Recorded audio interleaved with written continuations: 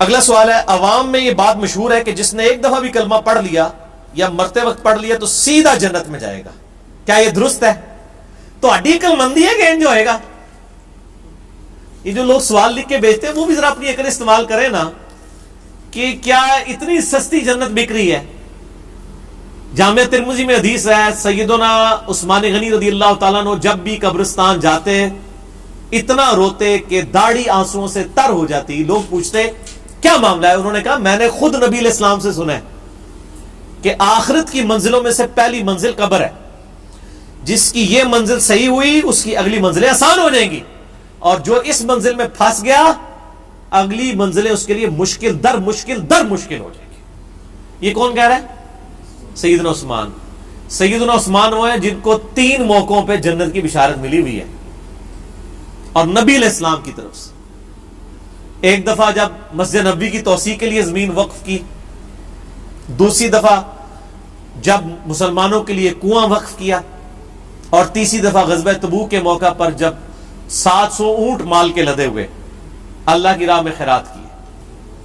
اچھا، تینوں دفعہ ان کو مال خرچنے کے اوپر ہی جنت ملی ہے۔ اس لیے میں کہتا ہوں جس کو اللہ نے مال دیا ہے نا، سب سے آسانی میں اگر دنیا میں کوئی جنت کما سکتا ہے نا، مالدار بندہ ہے۔ اس نے بس صرف اپنی نیت صحیح کر لینی ہے، اس کو یہ ٹینشن نہیں ہونی چاہیے کہ پتہ نہیں قبول ہوا ہے کہ نہیں۔ نماز میں تو ہمیں جتنی مرضی صحیح کر لیں توجہ نہیں رہتی، بندہ کہتا ہے یار پتہ نہیں خشوع خضوع ہے کہ نہیں۔ مال میں صرف ایک چیز کا خیال رکھنا ہے کہ آپ نے ریاکاری نہیں کرنی، بس۔ باقی یہ نہیں ہوگا کہ یہ خشوع خضوع سے خرچ ہوا ہے کہ بغیر خشوع خضوع کے، یہ خرچ کرتے وقت یعنی وہ ذہن حاضر تھا یا نہیں تھا، وضو ہے تھا یا نہیں تھا، یہ رولے تو ہے ہی نہیں نا مال خرچنے سے۔ تو سیدنا عثمان نے 3 دفعہ جنت کمائی ہے مال خرچنے کے اوپر، اور تیسری دفعہ تو نبی علیہ السلام نے اشرفیاں یوں آپ الٹ پلٹ کرتے تھے اور کہتے تھے عثمان جنتی آج کے بعد جو چاہے مرضی کرے۔ یہ ان کو ہی گارنٹی تھی کہ جو مرضی کرے، تو انو ہوندی تھی کہ جو مرضی کر دے، وہ ہے کچھ کرتے رہے بعد کہ قبرستان جا کے روندے رہنے کہ پتہ نہیں میرے ساتھ کیا بننا ہے۔ وہ قبرستان جا کے روتے تھے۔ اس کو ہم کہتے ہیں نا، عقل نہ ہوئے تھے موجیں ہی موجاں، عقل ہوئے تھے سوچیں۔ جسے عقل نہ ہو وہ من بوجھی زندگی گزارے گا، اور جسے عقل ہوگی وہ سوچ کے پاگل ہوگا کہ یار میرے ساتھ بننا کیا ہے۔ سیدنا عثمان غنی رضی اللہ تعالیٰ عنہ، میں نے اس لیے بیان کیا تاکہ آپ کو اس حوالے سے سینسٹیوٹی کلیئر ہو۔ یہ جو آپ کو امی پبلک میں مشہور کر دیا ایک دفعہ کلمہ پڑھا جنت میں جائے گا، یہ پوری حدیث صحیح بخاری میں موجود ہے، مشکات میں بھی آپ کو یہ کتاب الایمان چیپٹر میں شروع میں حدیث مل جائے گی کہ نبی صلی اللہ علیہ وآلہ وسلم نے فرمایا جس شخص نے گواہی دی لا الہ الا اللہ محمد رسول اللہ کی، وہ جنت میں جائے گا، سوائے اس کے کہ جس نے انکار کر دیا۔ صحابہ نے کہا یا رسول اللہ صلی اللہ علیہ وآلہ وسلم، کون ہوگا جو جنت میں جانے سے انکار کر دے؟ سوال تو بڑا جینون تھا کہ ایک بندے نے کلمہ پڑھ دیا اور اب وہ جنت میں جانے سے انکار کر دے۔ آپ صلی اللہ علیہ وآلہ وسلم نے فرمایا جس نے میرا حکم مانا وہ جنت میں جائے گا، اور جس نے میری نافرمانی کی اس نے جنت میں جانے سے انکار کر دیا۔ اور تسی کہندے رہو جناب وہ داڑھی میں اسلام نہیں، اسلام میں داڑھی ہے، نمازوں میں اسلام نہیں ہے، نماز اسلام میں ہے، روزوں میں اسلام نہیں ہے، روزے اسلام میں ہے، جو مرضی کہندے رہو اللہ دے بندے ہو، گل ایک ہی ہے، لک وشکار ہے۔ داڑھی اسلام میں ہو یا اسلام داڑھی میں ہو، بات ایک ہی ہے، دین پہ چلنے کا نام اسلام ہے نا۔ دودھ پینے والے مجنون تو نہیں اللہ کو چاہیے۔ نبی علیہ السلام فرما رہے ہیں کہ جس نے لا الہ الا اللہ پڑھا وہ جنت میں جائے گا، سوائے اس کے کہ جس نے انکار کیا۔ پوچھا گیا انکار کس نے کیا؟ فرمایا جس نے میرا حکم مانا وہ جنت میں جائے گا، اور جس نے میری نافرمانی کی اس نے جنت میں جانے سے خود ہی انکار کر دیا۔ اب اس میں ساری کی ساری باتیں، یعنی دین کے اوپر چلنا، فرائض کے اوپر پابندی، حرام چیزوں سے بچنا، یہ ساری کی ساری چیزیں اس کے اندر داخل ہو جائیں گی۔ آپ کو اب لازم سے نٹی گٹی اس کی ضرورت نہیں ہے۔ اور جیسے کہتے ہو رفع الیدین کا حکم دکھائیں، ہم کہتے ہیں کہ نبی علیہ السلام کی حدیث ہے صحیح بخاری میں 631، صلو کما رأیتمونی اصلی، نماز اس طرح پڑھو جس طرح مجھے پڑھتے ہوئے دیکھتے ہو۔ اور یہ مالک بن حویرث روایت کر رہے ہیں، غزوہ تبوک کے موقع پہ آئے ہیں نبی علیہ السلام کی وفات سے 1.5 سال پہلے ملنے، اور وہی مالک بن حویرث بخاری اور مسلم میں نبی علیہ السلام کا طریقہ نماز کا روایت کر رہے ہیں کہ نبی علیہ السلام نماز شروع کرتے تو دونوں ہاتھ کانوں تک اٹھاتے، رکوع میں جانے لگتے تو دونوں ہاتھ کانوں تک اٹھاتے، اور رکوع سے سر اٹھاتے تو دونوں ہاتھ کانوں تک اٹھاتے. اب وہ کہتے ہیں رفع الیدین کا حکم دکھائیں، تو میں نے کہا تھا یہ حکم ہے. وہی صحابی کہہ رہا ہے کہ مجھے نبی علیہ السلام نے فرمایا نماز اس طرح پڑھو جس نے مجھے پڑھتے ہوئے دیکھا. وہی صحابی نبی علیہ السلام کی نماز کا طریقہ آگے وہ اپنے ساتھیوں کو سکھا رہا ہے، تو ظاہر ہے کہ اس میں ایک ایک نیٹی گٹیز تو نہیں بیان ہوگی. پھر تو ہم کہتے ہیں کہ نبی صلی اللہ علیہ وآلہ وسلم سے آپ ذرا پہلے رفع الیدین کا حکم دکھائیں نا. وہ بھی کوئی نہیں کدھر، وہ بھی عمل ہی ٹرانسفر ہوا ہے کہ نبی علیہ السلام جب نماز شروع کرتے تو جب یہ آپ سے دوسرے تیسرے کا حکم مانے نا، آپ پہلے کا مانو، ان کو ساڑھے چھٹوں میں پہلے اپنا ثابت کرو، تو کہیں گے نہیں وہ تو نبی علیہ السلام نے کیا تو یہ بھی کیا ہے نا یار. ٹھیک ہے، میٹھا میٹھا ہاپا ہفتے کوڑا کوڑا تھو تھو. تو یہ جنت اتنے سستے نہیں ملنی میرے بھائی. یہ آپ کی شعر و شاعری ہے کہ جو کچھ بھی ہے اے اللہ تیرے محبوب کی امت سے ہیں. یہ آپ کی شعر و شاعری آپ کرتے رہے. جب انشاءاللہ موت آئے گی تو پھر پتہ چل جائے گا یہ شعر و شاعری ہے، اس کی کوئی اللہ کے حضور کوئی حیثیت نہیں ہے. اس واسطے جناب مرنے تو پہلے تیاری کر لو. ٹھیک ہو گیا جی، ایک چولا مارنی چھاڑ دو. کیا صوفیزم ہندو مذہب سے تعلق رکھتا ہے یا الگ سے کوئی دین ہے؟ میرے بھائی یہ جو صوفیزم ہے نا، اس کو انگلش میں کہتے ہیں مسٹسزم. یہ دنیا کے تمام ریلیجنز میں پایا جاتا ہے. عیسائیوں میں، یہودیوں میں رہبانیت اسے کہا جاتا ہے. قرآن حکیم میں بھی راہبوں کا ذکر کیا گیا. اتخذوا احبارهم ورهبانهم اربابا من دون اللہ، سورہ توبہ نمبر 31. یہود و نصارہ نے اپنے احبار یعنی علماء والرہبان اور راہبوں کو جو دنیا ترک کر کے جنگلوں میں چلے جاتے تھے، ان کو رب مان لیا ہوا تھا اللہ کے مقابلے کے اوپر. نعوذ باللہ. اس کا اعلیٰ حضرت نے ترجمہ کیا ہے، انہوں نے اپنے علماء اور جوگیوں کو اپنا رب مان لیا تھا. یہ جوگی جو ہے نا جی میرے بھائی، ہندوؤں میں بھی ہیں، بدھ مت کے ماننے والے لوگوں میں بھی ہیں. یہ جوگی آپ کو عیسائیوں میں بھی ملیں گے، یہودیوں میں ملیں گے، اور مسلمانوں میں تو ماشاءاللہ کثرت کے ساتھ ملیں گے. اور یہ کہاں پائے جاتے ہیں؟ زیادہ تر انڈیا پاکستان میں پائے جاتے ہیں، کیونکہ دنیا میں سب سے زیادہ زرخیز زمین گمراہی کے لیے اگر کوئی ہے تو وہ انڈیا پاکستان کی ہے، کیونکہ ہمارے پرک سارے ہندو رہے ہیں اور یہاں پہ یہ سودا بکتا ہے. ٹھیک ہے نا جی. تو البتہ عرب ملک بھی اس سے آزاد نہیں ہے، خصوصاً جو افریقی ملک ہیں وہ بھی گڑھ بنے ہوئے صوفیت کا. سوڈان، الجزائر کی کوئی گلی محلہ ایسا نہیں جہاں کوئی نہ کوئی ایک بابے کا مزار نہ ہو.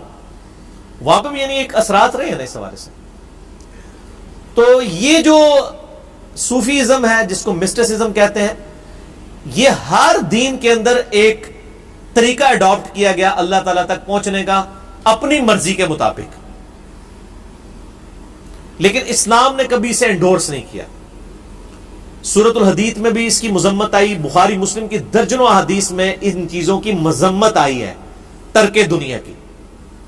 ویسے تو یہ کہہ دیتے ہیں کہ نہیں جی وہ ہمارے جو بزرگان دین ہیں وہ ترک دنیا نہیں کرتے تھے، وہ ترک دنیا کر کے 15-20 سال چلے کاٹ کے پھر عوام میں ہی واپس آتے تھے. یہ طریقہ انہوں نے کہاں سے سیکھا ہے؟ وہ جی نبی علیہ السلام بھی تو غار ہرا میں جاتے تھے، اور نبی علیہ السلام تو چند دنوں کے لیے غار ہرا میں گئے، وہ اللہ نے ان کا دل مائل کیا تھا، وہاں پہ وہی نازل ہونی تھی. اس کے بعد کیا حضرت ابوبکر، عمر اور خود نبی علیہ السلام بھی کیا غار ہرا میں جا کے چلے کاٹتے تھے؟ یا حضرت ابوبکر عمر کے بعد جو ان کے جو شاگرد ہیں کیا ان کو چلے کٹواتے تھے؟ وہ کہیں پہ یہ بات ملتی ہے تو ہمیں دکھائیں. مطلب اہم خود سے باتیں بنائی ہوئی ہیں، اور مطلب ایک بات وہاں سے اٹھاتے ہیں اور اس میں پورے رنگ بھر کے تو پوری بلڈنگ کھڑی کر دیتے ہیں، کہتے ہیں نہیں اس طریقے سے ہوتا ہے. بال اس پہ تفصیل آپ نے دیکھنی ہے. مسئلہ نمبر 55A ہے، علم لدنی سے متعلق فرقہ وارانہ نظریات کا تحقیقی جائزہ. جو ان کے بڑے بڑے دلائل ہیں، ان کا یہ دعویٰ ہے کہ قرآن و سنت کے پیرلل دین کوئی یعنی کتابوں کے علاوہ سینہ بہ سینہ ٹرانسفر ہو رہا ہے. ان کے سارے جھوٹے دلائل کا میں نے پوسٹ مارٹم کیا ہے، اور میں نے بتایا کہ نبی علیہ السلام نے جو دین دیا ہے اوپنلی دیا ہے، وہ کتاب و سنت کی فارم میں امت تک پہنچا ہے. تو مسئلہ 55A اس ٹاپک کے اوپر آپ دیکھ لیں. کسی مفتی صاحب سے جب ہم دین کا کوئی مسئلہ پوچھتے ہیں تو وہ جو بھی بتا دیتا ہے اس پر عمل کرنے سے ہم گناہگار تو نہیں ہوں گے؟ اگر وہ غلط مسئلہ بتاتا ہے ضرور ہوں گے جناب، کیوں نہیں ہوں گے؟ یہی میں آپ سے ذرا پوچھوں کہ آپ کے مفتی صاحب اگر آپ کو کسی ایسی دکان کا پتہ بتائیں جہاں سے گٹر ملا ہوا دودھ ملتا ہو، کیا اس دودھ کی چائے بنا کے آپ بیمار تو نہیں ہوں گے؟ ہاں، یا آپ کہیں گے جی وہ مفتی صاحب بھی بیمار ہوں گے جنہوں نے غلط مشورہ دیا ہے, مجھے تو بیمار نہیں, پی تسی رہے ہو دودھ تسی بیمار کیوں نہیں ہوگے, اس کو تو لگتا ہے گناہ ہوگا. اچھا یہ دنیاوی منفیت کی چیزیں فوراً سمجھ آتی ہیں, دین کے حوالے سے نہیں سمجھ آتی. وہ تو ہوتا ہے مفتی جا کے جناب لتر لا کے وہ پٹائی شروع کر دیں کہ تو کہ منو کہڑے پاسے لایا ہے, لیکن دین کے معاملے میں او جی مفتی صاحب نے فرما دیا, مفتی صاحب نے فتویٰ دے دیا, فتویٰ کے بعد کوئی آسمان تو وہی نازل ہوگی نعوذ باللہ. میرے بھائی آپ کے کھانے سے ہی آپ کا پیٹ بھرے گا, مفتی صاحب کے کھانے سے آپ کا پیٹ نہیں بھرنا.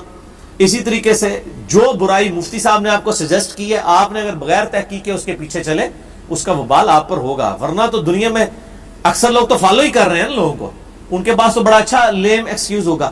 Ignorance is not any excuse in this world. ایک بندہ موٹر وے پہ 140 کی سپیڈ میں گاڑی چلاتا ہے, چلان ہو جاتا ہے, وہ کہ جی مجھے پتا نہیں تھا, تو وہ کہے گا پتا لگ گیا جی دو نا 1400 روپیہ.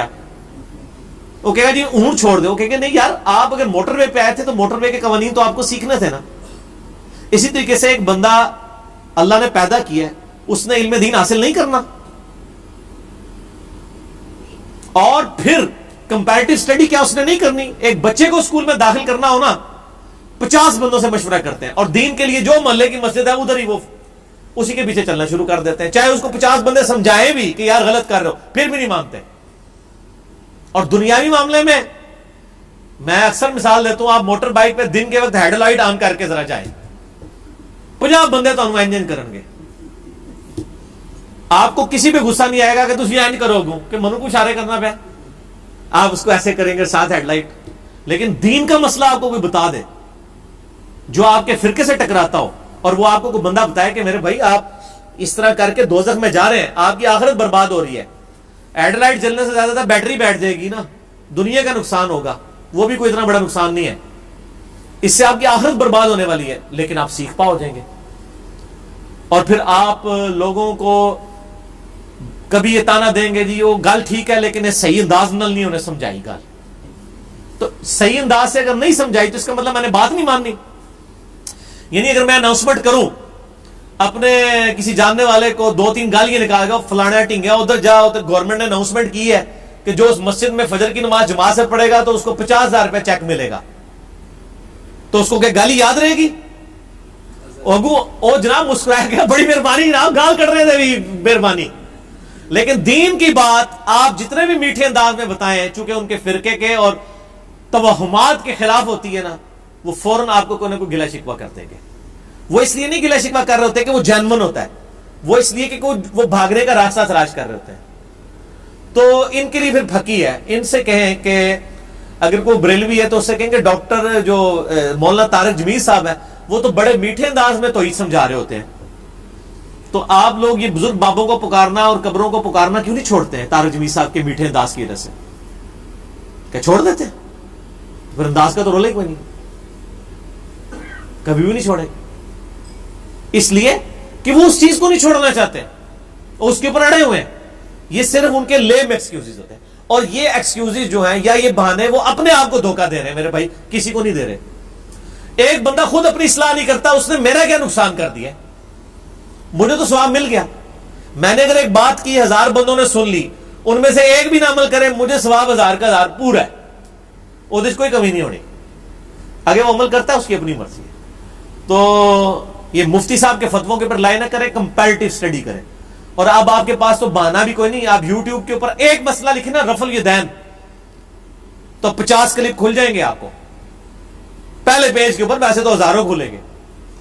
آپ دیکھیں ان کے خلاف والے کلپ بھی دیکھیں, حق والے بھی دیکھیں, آپ کو پتا چل جائے گا کون سچا ہے کون جھوٹا ہے. اس کے بعد خود بھی کتاب کھول کے دیکھ لیں.